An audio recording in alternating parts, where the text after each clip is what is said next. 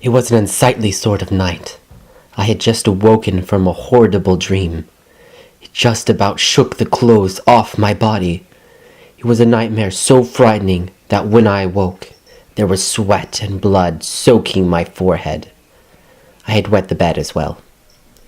My eyes shot open as I lay in bed. I shivered beneath the covers in my cold sweat.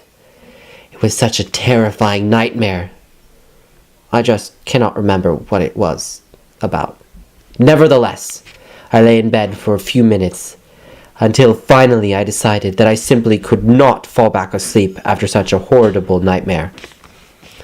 I checked under my bed to ensure no one or nothing was hiding under there. The coast was clear. Nothing was living under my bed. However, I did spot a dime, so I quickly swooped it up and placed it safely inside my belly button, in case I needed it in an emergency. When it had been determined that I was safe and alone, I slid out of my soaking wet bed and waddled down the stairs.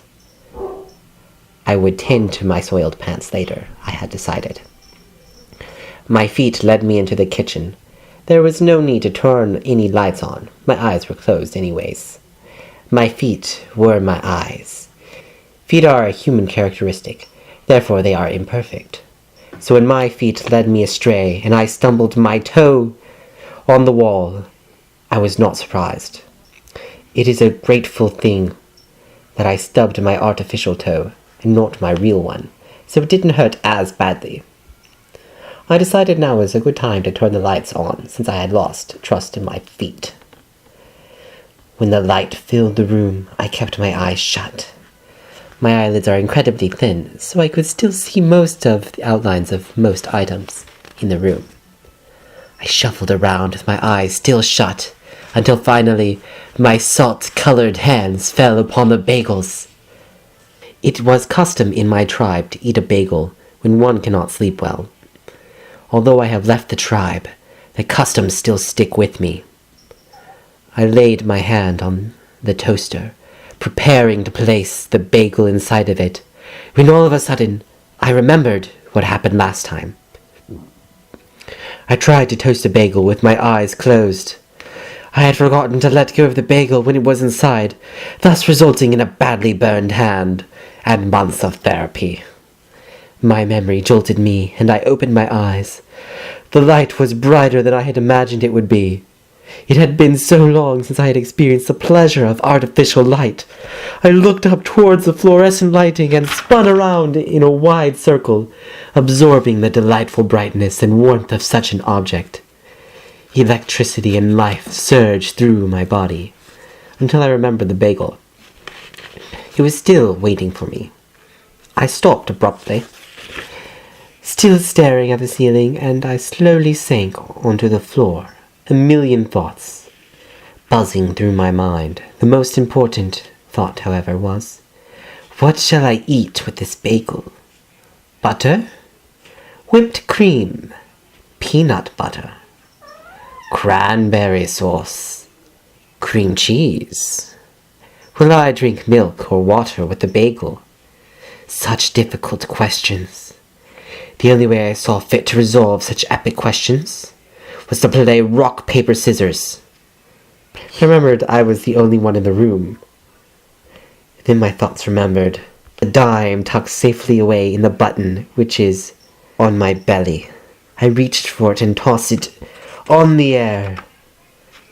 Tails, cranberry sauce, and milk will accompany my bagel. Pleased with the conclusion my trusty dime had made for me, I relaxed my muscles and leveled my head. It was the last thing I expected to see, but it was there. That woman, the reason for all my misery, was sitting in a chair across the room from me.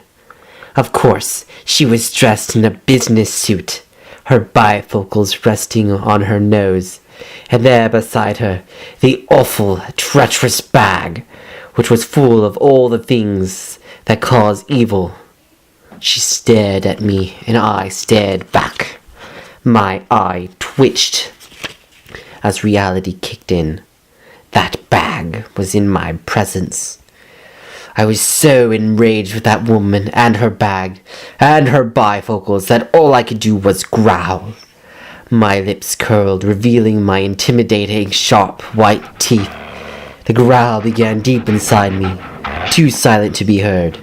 Gradually it rose to the surface and broke free until I broke out into a full bark. The woman stared at me through her bifocals, those evil objects, and the first words I have ever heard her speak escaped her lips. Quiet, Bowbley! You wake the children! It was an evil voice she had. It sounded like broken glass. Sounded like what it would sound like if I broke her bifocals. It was an evil voice from an evil woman with an evil bifocal that had come from an evil bag which was full of more evil bifocals. As soon as she spoke, I became quiet and my ears started to bleed, but I didn't mind. I wanted to eat my bagel. If only I was capable of putting it into the toaster. My dreadful hands. I told them to let go of the bagel, but they would not listen. All of a sudden, a brilliant idea came to my mind. Will you please put my bagel into the toaster for me? I asked the woman sitting across the room from me, wearing bifocals. What is my name, Bowbley? She asked in return. I hate it when others return a question with a question, particularly when their question sounds like broken bifocals, broken glass. All I wanted was to toast my bagel and drown it in cranberry sauce, eat it and return to bed so I could return to my world of bad dreams, which was much better than this world with the evil bifocals. Evil! Your name is Evil! Please, Evil, would you put my bagel into the toaster? I have a proposal for you, Bowbley! I just want my bagel! I brought my legs to my chest and held them close as she reached into her bag, that evil bag. Slowly she pulled off her bifocals, placed them into the bag, and pulled out a new pair, and placed them gently on her face. It was quiet. I dared not speak as she went through this ritual. 3 more times she changed her bifocals until she finally said, What country would you like? I am here to sell you a country! completely disregarding my plea for a toasted bagel.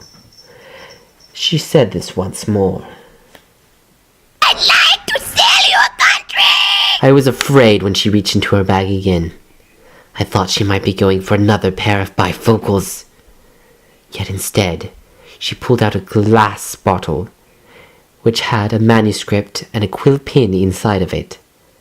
She clapped her hands twice, and her trusty messenger, Claude, brought it to me across the room.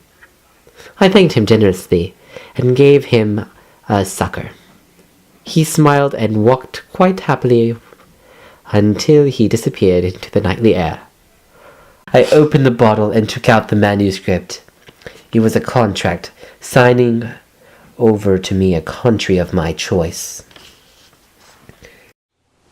If buying a country who make you toast my bagel and leave, then so be it! Defend thy honor and call me comrade. I am your ruler. Hand me a pen so I might sign my name. Yes! Share your eyebrows and hand me your socks and the country is yours! The woman responded as she changed her bifocals again. My socks were my prized possession. But since she said, lend, I agreed. I signed my name at the bottom of the page. And trumpets sounded in my mind. The woman rose to her feet and slid my bagel into the toaster. She then turned on her heels and left the house. I grabbed my bagel and its accompaniments and ate it hungrily. I then turned off the lights, and my feet led me back up to my room. As I lay on the floor next to my bed, preparing to return to my world of nightmares, I heard the woman's glassy voice being carried by the wind. Quiet, Bowbley! You'll wake the children! Again my ears bled, and I lay there, and the woman's voice would not let me return to the world I so wished to return to. The end.